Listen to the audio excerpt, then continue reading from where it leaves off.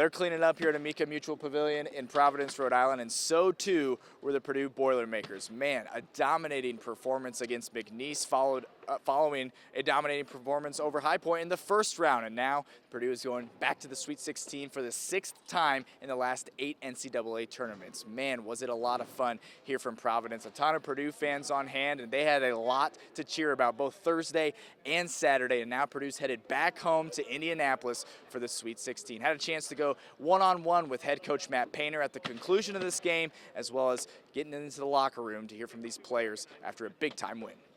Providence, Rhode Island, the site of a dominating Purdue victory over McNeese, sending the program to the Sweet 16 back in Indianapolis. Joining me now post-game, head coach Matt Painter. Coach, hot shooting start. From there, it was kind of barbecue chicken for you guys. What led to it, and what did you see out there? Yeah, I thought we got some really good rhythm shots to start the game and some really good reads. Our guys did a great job. P.J. Thompson, who runs our offense, did a great job preparing our guys, but just good decision making, good execution, good decision making. We got the ball inside to Trey. Just when they swarmed him, thought he made some good reads. Braden made some good reads, knocked down some shots. I think that really helped us and built some confidence. Yeah, as you turn the page to the NCAA tournament, what's your biggest takeaway from these two games? You kind of controlled both games start to finish. Well, I thought we had an advantage on the interior, obviously rebounding across the board. Our bench, our starters, our guards, our bigs, thought we did a good job rebounding. Obviously, we out-rebounded by 17. Other night, we out-rebounded High Point by 20.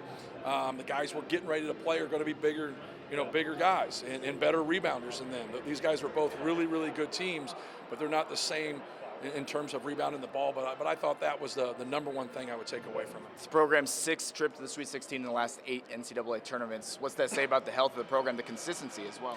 It just says we have good players. I think our coaching staff's done a really good job of targeting and finding guys that can help us win and just collaborating as a staff, but when it comes down to it, it's a player's game.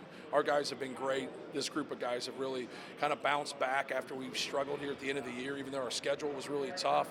We had a tough stretch where we lost 4 in a row and just hung in there, and hopefully we're playing our best basketball. Yeah. Heading back to Indy, that's got to feel good. Yeah, it feels great. All right, that's Coach Matt Painter. I'm Dominic Miranda. Send it back to you. Yeah, I think it kind of shocked him a little bit, and I think it obviously helps us when adrenaline's going, shots are falling, and we're taking care of the ball early, and I think that just led to easy shots for us. We had a lot of easy dunks early, so that was big time, and obviously when you score easily, it makes our lives a lot better. Heading back to Indy, does that feel good? You're back in your backyard. For sure. For the program too, 16 and 8 tournaments, that's solid. Yeah, no, I mean, we're obviously super excited, and obviously we got to watch the game tonight and see who we play, but at the end of the day, it's just another game that we got to win, and obviously it's an Indy, which would be awesome for us. So. What's that say about the health of this program, just this consistent success over the last decade? Yeah, I mean, it goes to the coaching staff and who they recruit. I think they recruit a bunch of good guys that care about each other and want to win basketball games. So it makes our life so much easier. Did you know they were going to lose the baseline successful early? It seemed like he took advantage of the guys cutting the back baseline. I think Tom got an easy dunk, TK in the first possession. Yeah, no, I mean, we just make reads at the end of the day and understanding that whatever they take away, they took the shooters out. So then we had the dump down to Caleb for the dunk and Cam, like you said. So it's just making reads, and Trey did a great job doing that. Braden, coming into this event, did you sort of know or sense that this level of defense was still in you guys, but also about to come back out? I mean, that's always in us. It's just, I don't know. It's just, I don't know. It just depends on the night. I mean, we're obviously always trying to do that. It's not like we're trying to go out there and not play defense. So I think for us, it's just locking it in and staying focused and trying to get stops. What's the biggest takeaway that you saw from this team in this weekend here? Yeah, I think just sticking with it and just playing our basketball and understanding that, like I said multiple times already, just taking one game at a time. And I think understanding that and not looking past anybody, because the last 2 teams we play, they were both really good teams. And they've proved on why they deserve to be here, and that they showed it, and they played their butts off. So, I mean, we got to give credit to them as well. You've got a lot of talent on this team. You kept looks, playing hard like that, diving for those balls. Is that kind of the winning formula, just the intensity you brought? Yeah, I say it all the time, it's my job. It's what I'm supposed to do. It's what people expect of me. And, no one really cheers too loud and crazy because, that's the expectation. That's what I'm supposed to do. I'm supposed to be the small point guard that's able to go get those loose balls and dive on it and get the extra possessions for us. So, it's just what I do. Yeah, I thought we were really hooked up. I thought start the game just taking care of the ball, handling their pressure, And really only towards the end I thought was the only time we didn't for the full 40 minutes. So I'm impressed with that. I'm also impressed with just how we handled the physicality of the game and rebounding. Thanks, Fletcher. To the right. Matt Norlander, CBS. To your right, Trey. Right over here. More work to do, but just can you speak to the team's sense of pride, accomplishment, drive all season long? You lost one of the best players in the history of college basketball last season. Here you are, I believe for the 6th time in the past 8 years as a program into the Sweet 16. What kind of statement and how proud are you to get back to this point minimally with Zach Edey now in the pros? Yeah, well, I'm very proud. I'm proud that obviously the older guys get to experience this without, like you said, one of the best basketball players in college basketball history. And so I know that they had something to prove. But also the new guys that we have in our team that are getting, whether it be the people that are coming in and their roles, but also the older guys that are getting more of an opportunity now. So I'm just proud of our team. I thought we played really well these last 2 games. We executed well and we stuck to our game plan. And then we out rebounded both teams. So we do that. It's a winning game plan. Thanks, Trey. Here with John to the right. John Fanta, Fox Sports. Fletcher, Coach talked about this earlier this week, that when you get into this tournament, it's just a different monster, and nothing else really matters in terms of what happened before. For you guys, you weren't playing your very best basketball the month leading into what's happened the last week. Was there a reset at any point between you guys before you hit the floor this week in Providence of, hey, let's get this going and let's get back to Purdue basketball? I think it's just the confidence we've continued to have in each other, in this locker room, in our coaches and our staff and everybody. Just believing that the basketball we were playing at one point is our best basketball, and we can get back to that point if we continue to defend and rebound. It's really special. I think it just speaks on the quality of players and coaches that we have here at Purdue. We have a standard, and we work really hard, we play hard, and I think it just that just shows up on the court. And the results are showing that we've had 2 really tough games back to back, and I think we're really prepared for whoever we play next week. And for you to embrace the role that you have and to be able to have the type of performance you did, to be able to give 8 points, what does that speak to just, your character? Just stepping up and being ready. I think, I started a couple games at the beginning of the season, and I went back to coming off the bench. So I think it's just, having that mindset of always being ready and being ready for that moment for my time to come. And it's just, always doing what I need to do to help the team win. Headed back to Indy, how's that feel? Feels great, especially to know that we have a really strong fan base there. We were there last year and it was incredible. It was basically a second home game, so it's just really excited to get back and just play that game. Hot shooting start, and from there you guys just were dominant. How big is a start like that? Just to get you guys settled and shots are falling, things are easy. Yeah, it's really big. We've had a lot of games throughout this season like that where we started really hot and we've kept that lead and not let team get back in the game. So I think that's really huge for us to just have that energy and keep the lead so they can have a chance to come back and win. Yeah, that's something we talk about a lot, getting off to a good start. A lot of times we talk about the first 5 minutes of each half is probably the most important because you can set the tone. So that's what, we kind of came to the game trying to do, and we were able to get it done. You guys are headed back to Indy. It's the program's 6th Sweet 16 in the last 8 tournaments. Just going back to Indy for that, and then what's that say about this program too, the consistency? Yeah, I think it just speaks to the level of coaching that we have, and then the level of players that come through here. Obviously, that's a tough thing to do. Sit and making 6 of your last 8 Sweet 16s, and so to be able to do that, it's pretty cool. It's pretty special to be a small part of that, and then just heading back to Indy, obviously. I think that was something that we were really looking forward to, and to be able to go back and play in front of our, not necessarily like exactly our home crowd, but our home crowd a little bit. It'll be special. What's the biggest takeaway from these 2 games here? You guys flipped the page from kind of a rough end of the regular season and really enforced your will both games. Yeah, I think it just goes back to we know who we are and we trust our identity at this point of the season. And so for us, it was just always kind of about sticking together.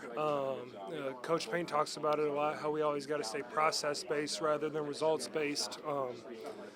because we know if, we make it through the right process, the results will come. And that's kind of how it's been so far.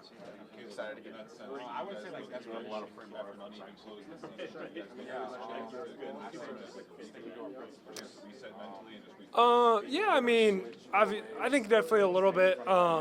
I think everyone kind of looks at the tournament as like a new season. Obviously, it's a much shorter season, but yeah, definitely. A little bit, yep. I'm going to go home tonight, watch some basketball, probably take tomorrow off, and then get ready. And then, was there any sense of relief now that you played two different double-digit C teams and not have lost or got upset in a sense? Yeah, a lot of people had them beating us, so I'm glad that we were able to prove them wrong and play our game, whether that's playing a 1 seed or a 15 seed, just treating everyone equally and going out there and playing our hardest. And then, surviving advance, that's the key to this tournament. What do you guys think you need to do to make sure you survive in the Sweet 16 and keep going? I think the defensive end is the most important thing.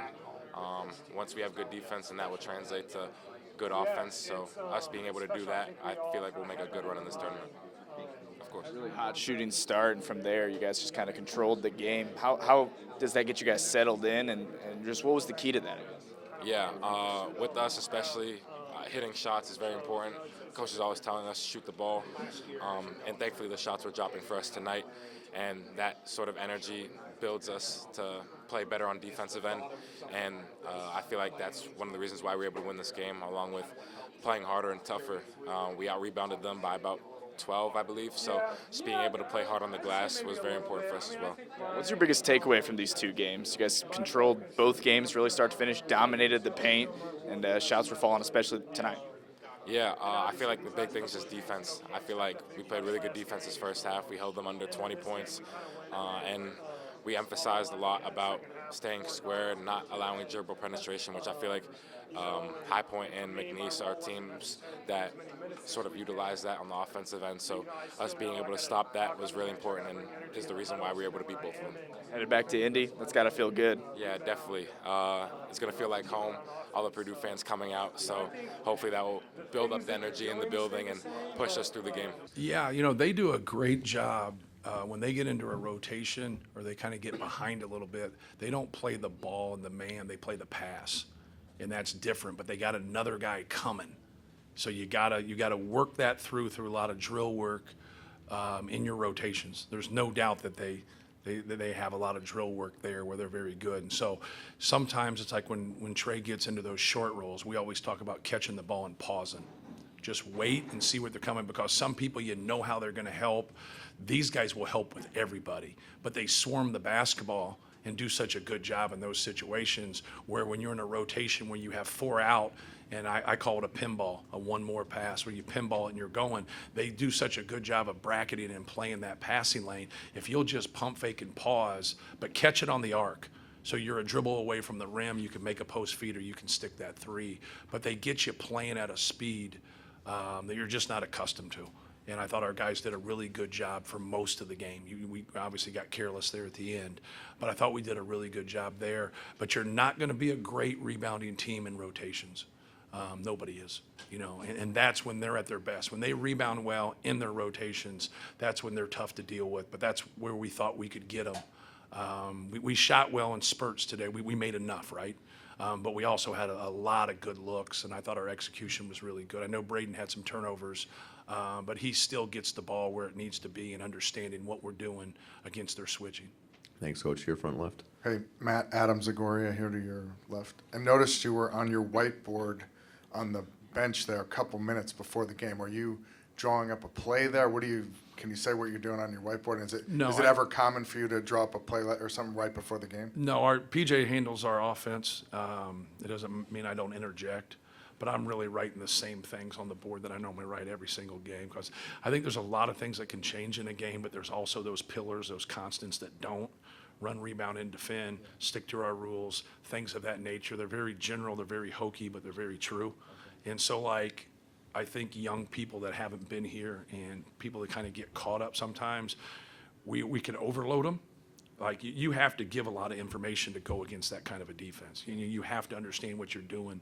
And I think the failure that we had against the teams in the non-conference that switch a lot and play that way, I think that really helped us. It helped us be able to adjust and be able to play.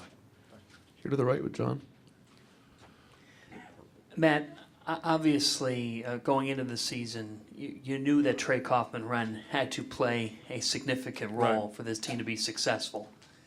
That being said, in terms of what you knew you needed from him versus what he has ended up being for this program, how would you speak to it? Yeah, I felt he was going to be an all-conference player. You know, we watched him, and he was around, and at times he didn't coexist with Zach the best. We would play Mace there because Mace always stretched the floor.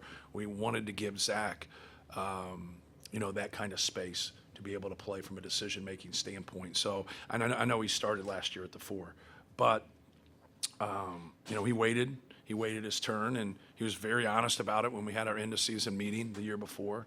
And just says, I can wait 1 year, but I can't wait 2 years. And so Zach only stayed 1 more year. But no, he's fabulous. He's very unique. He's stronger than he looks. He can get to his jump hook. He's a good passer. Tonight was his probably best rebounding game of the season. He hasn't rebounded like that. That really would be a separator from him in terms of a kind of a national player. Coach, you're back right? Over the right. Pep. Speaking of what you said about Trey and developing him and the guy, your just ability to keep guys in the program and keep them progressing to the point where they're going to be contributors, how have you done that? Obviously, signing good players. Brandon Brantley is one of our assistants that works with our big guys, and he's done a really good job with that. Trey's a very simple person. He's to the point, academics, basketball, and that's about it. He puts a lot of time into his game. And just kind of finding those guys with that passion and that competitive spirit that want to get better. Like Braden Smith, Fletcher Lawyer, you can go right down the list. Like, you got to give them the credit more than us, but you also got to give us the credit for finding that out about them, that it matters to them and it cares. And because players are made in the off season. Those guys had great off seasons, and they love Zach Edey.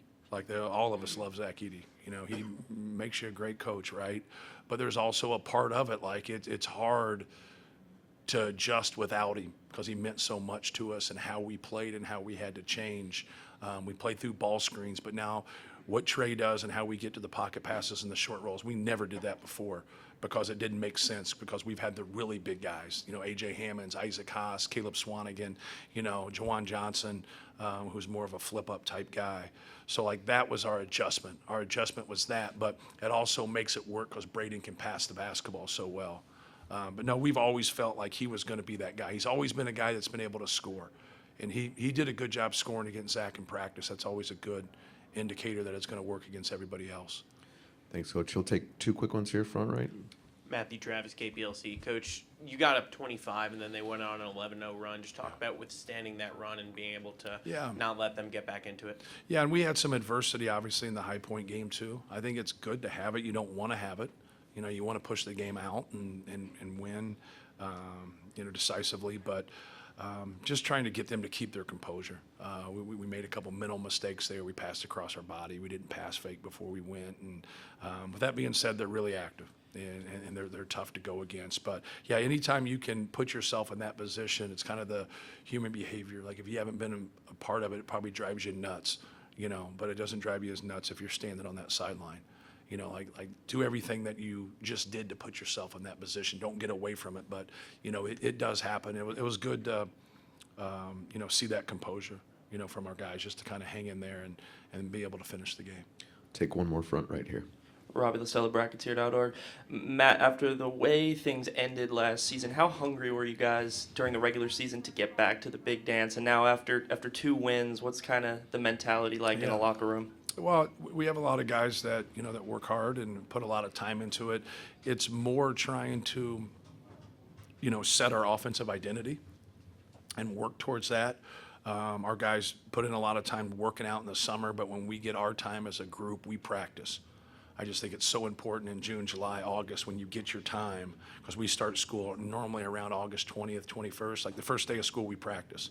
We take those 4 hours and we try to put it towards how we can grow into it. And when Daniel Jacobson got hurt, we felt with Daniel that we would have played 2 ways offensively, when he was at the center, then when he was out of the game, and then Trey was more at the center.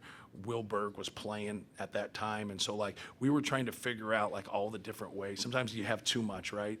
And so like that's really the time that we put into doing it, and then becoming just a really sound defensive team. Like we knew we weren't going to be great in terms of keeping the ball in front of us all the time. You see how they played, right? They're just ISOing us and taking us, and we're loading up against them. So just trying to create that identity on both ends of the court, and then have a foundation. A lot of people don't realize, like, if you're just talking about it and you're just working out in the summer, like your foundation now starts when practice actually starts. We want it to start in June, so now we can grow and then be at our best at this time of the year.